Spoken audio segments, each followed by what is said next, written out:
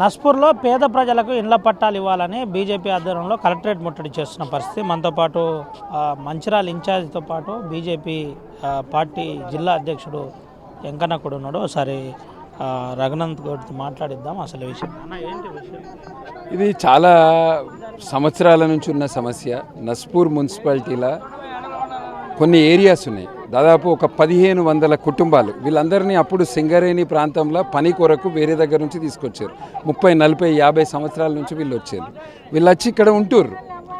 వీళ్ళు గుడిసెలు వేసుకొని ఉంటుర్రు. వీళ్ళకు పట్టాలు ఇవ్వాలి అంటే 30, 40, 50 సంవత్సరాల నుంచి అయింది. కొంతమందికి ఇచ్చారు, కానీ ఇంకా కూడా 1500 కుటుంబాలు ఉన్నాయి. గతంలో టీఆర్ఎస్ పార్టీ ఎన్నికల సమయంలో హామీ ఇచ్చి 10 సంవత్సరాల అధికారంలో ఉన్న అప్పుడు ఎమ్మెల్యే దివాకర్ రావు గారు వీళ్ళకి పట్టాలు ఇవ్వాలి. కాంగ్రెస్ పార్టీ హామీ ఇచ్చి ఇప్పుడున్న ఎమ్మెల్యే ప్రేమ్సాగర్ రావు అధికారంలోకి వచ్చి 18 నెలలు అయింది. ఈ 18 నెలల నస్పూర్లో ఉన్న ఖాళీ ప్రభుత్వ భూములు ఎట్లా కబ్జా చేయాలని కాంగ్రెస్ పార్టీ నాయకులు ఆలోచిస్తారు. కానీ మరి పేద ప్రజలకు ఎవరైతే గుడిసెలలో ఉంటారో వాళ్ళ సమస్య పరిష్కరించాలి. వాళ్ళకు ఒక పట్టా ఇస్తే వాళ్ళు కొంచెం ఇల్లు కట్టుకోగలుగుతారు, తర్వాత రేపు దాని మీద లోన్ తీసుకోగలుగుతారు, వాళ్ళ కొడుక్కో బిడ్డకో ఇవ్వగలుగుతారు. కానీ ఇవాళ ఉన్న పరిస్థితిలో వాళ్ళ గుడిసెల వర్షాకాలము నీళ్లు ఉరిస్తే కనీసం రేకులు వేసుకుంటూ ఇంత సిమెంటో ఇటుకనో కూడా పెట్టుకునే పరిస్థితి లేదు. సింగరేణి సెక్యూరిటీ వాచ్మెన్లను పెట్టి వీళ్ళని మానిటరింగ్ చేస్తాను. వీళ్ళ ఇంట్లో ఏ పని చేసినా వీళ్ళని బెదిరిస్తారు. వీళ్ళంతా కూడా పేద ప్రజలు. ఇందిరమ్మ ఇల్లు పోయినాయి, వీళ్ళ స్వంత జాగల వీళ్ళు ఇవాళ ఇల్లు కట్టుకునే పరిస్థితి లేదు. ఈ సమస్యను వెంటనే పరిష్కరించాలని మేము బీజేపీ పార్టీ తరఫున డిమాండ్ చేస్తాం. ఏంటన్నా కబ్జాలు అవుతున్నాయని అంటున్నారు. నేరుగా కబ్జాలు అయ్యాక నిరసనలు చేస్తలేరు, పేపర్లు చూపెడతలేరు, కానీ పేద ప్రజలకు ఇల్లు నేరుగా బీజేపీ ఆధ్వర్యంలో ఈ కార్యక్రమం చేయొచ్చు. ఖచ్చితంగా చేస్తాము. మేము ఏదైనా గవర్నమెంట్ వచ్చినాక ఒక సంవత్సరం అన్న వాళ్ళకి టైం ఇవ్వాలి, వాళ్ళు ఎన్నికల సమయంలో ఇచ్చిన హామీలు నెరవేర్చాలి అని ఖచ్చితంగా మేము ఒక సంవత్సరం దాకా ఆగినాం. ఈ ప్రభుత్వం ఏం చేస్తుందని మేము చూసినాం. ఇప్పుడు సమస్యల మీద మేము పోరాడుతున్నాం. మన గోదావరి వంతెన కావచ్చు, ఇట్లనే అనేక సమస్యలను టేకప్ చేస్తున్నాం. ఈ ప్రాంతంలో అతిపెద్ద సమస్య ఇవాళ ప్రభుత్వ భూమి రాజకీయ నాయకులు కబ్జా చేయడం. గతంలో కూడా టీఆర్ఎస్ పార్టీ ఉన్నప్పుడు జరిగింది, ఇప్పుడు కూడా అదే కొనసాగుతుంది. బెదిరింపు రాజకీయాలు. ఎవరైనా బెదిరించి ఎవరైనా ఇవ్వకపోతే వాళ్ళ ఇండ్లు కూలగొడతారు, వాళ్ళ ఇండ్ల ముంగట కాలువలు తవ్వుతారు. వీటన్నిటినీ కూడా మేము అధికారుల దృష్టిలోకి తీసుకుపోయినాము, బెదిరింపు అయిన స్థలాలకు కూడా పోయినాము. దీన్ని ఆఖరికి డీజీపీ గారి దృష్టికి కూడా తీసుకుపోయినాము. ఇవాళ అదే కొనసాగుతుంది. ఇదే ప్రేమ్సాగర్ రావు గతంలో కిరణ్ కుమార్ రెడ్డి ముఖ్యమంత్రి ఉన్నప్పుడు ఈ ప్రాంతంలో అప్పుడు 2014 ఎన్నికల కంటే ముందు ఓట్లు పడతాయని చెప్పి పట్టాలు ఇచ్చారు, చెల్లని పట్టాలు, దొంగ పట్టాలు ఇచ్చారు. అదొక పెద్ద సమస్య. రెండో సమస్య, ఎవరైతే నిజంగా ఉంటారో వీళ్ళు ప్రాపర్టీ ట్యాక్సులు కడుతున్నారు. 2000, 3000 ప్రాపర్టీ ట్యాక్స్ లేట్ అయితే దానికి సంబంధించిన పన్ను కూడా కడతారు. కరెంటు బిల్లు వీళ్ళ పేరు మీదనే ఉన్నది. కానీ వాళ్ళకి ఇవాళ పట్టా లేకపోవడం వలన వాళ్ళు అక్కడ ఇల్లు కట్టుకోలేకపోతారు. ఎన్ని సంవత్సరాలు గుడిసెల్లలు ఉంటారు? ఎక్కడ పోయినాయి నీ డబుల్ బెడ్రూమ్ ఇల్లులు? ఎక్కడ పోయినాయి మీ ఇందిరమ్మ ఇల్లులు? వాళ్ళ సొంత జాగాల వాళ్ళు ఇల్లు కట్టుకునే పరిస్థితిలో లేరు. ఈ సమస్యను వెంటనే పరిష్కరించాలి. రాబోయే రోజుల్లో కూడా ఏం చేయబోతున్నారు అంటే ఇదే పరిస్థితి ఉంటే రానున్న రోజుల్లో ఏం చేస్తారు? మేము ఇది ఒక పట్టా, చెల్లని పట్టాలి. ఇది ఇక్కడ ఈ ప్రాంతంలో గతంలో ఆయన ఎమ్మెల్యే ఉన్నప్పుడు చేసిన, ఎమ్మెల్సీగా ఉన్నప్పుడు చేసిన పని. ప్రజలకు అండగా ఉంటాము. ఈ 1500 కుటుంబాలకు పట్టా వచ్చేంత వరకు కూడా ఏది చేయగలుగుతామో అది చేస్తాం. గతంలో చేస్తాం, కానీ వీళ్ళకి అండగా ఉంటాం. గతంలో మా పోరాట ఫలితంగా కొన్ని సమస్యలకు పరిష్కారం వచ్చింది. ఈసారి కూడా సమస్యలకు పరిష్కారం వచ్చేంత వరకు కూడా పోరాడతాము.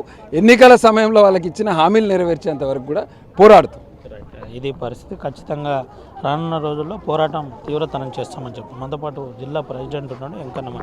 అన్న ఏం చేయబోతున్నారు పార్టీ ఆధ్వర్యంలో? ఎట్లా పార్టీ ఆధ్వర్యం లోపల ప్రజలను చైతన్యవంతులను చేసి వాళ్ళను ప్రజాక్షేత్రం లోపల పోరాటం చేయడమే అంతిమ మార్గం. మేము భారతీయ జనతా పార్టీ వాళ్ళ అధికారంలో లేదు. అధికారంలో ఉంటే మేము ప్రభుత్వంతో మాట్లాడి మన అసెంబ్లీలో మాట్లాడి మా శాసనసభ్యులు ఉంటే ఈ యొక్క సమస్యను పరిష్కరించడానికి మాకు అవకాశం ఉండే. కానీ భారతీయ జనతా పార్టీకి ఇవాళ ఆ అవకాశం లేదు కాబట్టి ప్రజల తరఫున ఇవాళ పోరాటం చేయడానికి సిద్ధంగా ఉన్నాము. ఎప్పటివరకైతే ఈ ప్రాంత ప్రజలకు పట్టాలు ఇయ్యరు, వారు చేసేటువంటి ప్రతి పోరాటంలో కూడా భారతీయ జనతా పార్టీ ఆ యొక్క 1500 కుటుంబాలకు మేము అండగా ఉండి ప్రతి సమస్య లోపల కూడా పోరాటం చేయడానికి మేము సిద్ధంగా ఉన్నాం. ఏంటన్నా సింగరేణిలో ప్రస్తుత పరిస్థితి ఏంది, ఎట్లుంది, ఏంటి అసలు?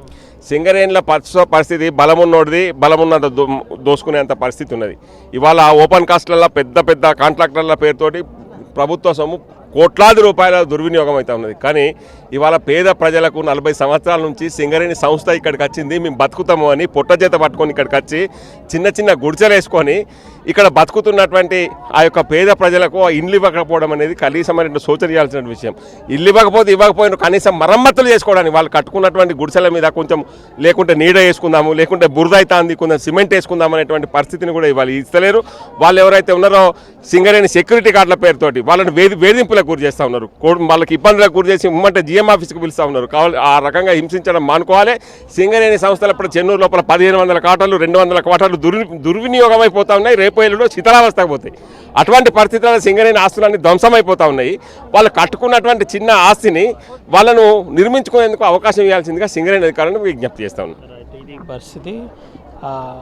సింగరేణి ఆస్తులన్నీ అన్యాక్రాంతమవుతున్న పరిస్థితి. అయితే ఆ ఉన్న ఆస్తులను కాపాడుకోవాలని చెబుతున్న పరిస్థితి. వీరికి ప్రజలకు ఇచ్చే విధంగా చూడాలి. అమ్మ ఏడు నుంచి వచ్చినావు? నేనా మా చిత్తుగుడిసెల నుంచి వచ్చానయ్యా. ఏందమ్మా ఏంది పరిస్థితి? ఏం నా కావాలని వచ్చినావు? ఇల్లు ఇస్తలేరు, పట్టాలు ఇస్తలేరు, ఇల్లు బిల్లు తీసుకుంటారు, కరెంటు బిల్లు. నాకు కూడా ఇప్పుడు కరెంటు బిల్లు నెల నెలకు వస్తుంది కాలే. దాని గురించి నేను వచ్చాను, ఆయన ఇల్లు కావాలని. నాకు ఇవ్వలేరు, ఒంటరి మహిళలు దాన్ని గంటే. ఏమంటారు మరి? పట్టాలు ఇయ్యనంటారా? ఇయ్యనంటారు కదా. ఇప్పుడు పట్టాల గురించి వచ్చినావు నాన్న.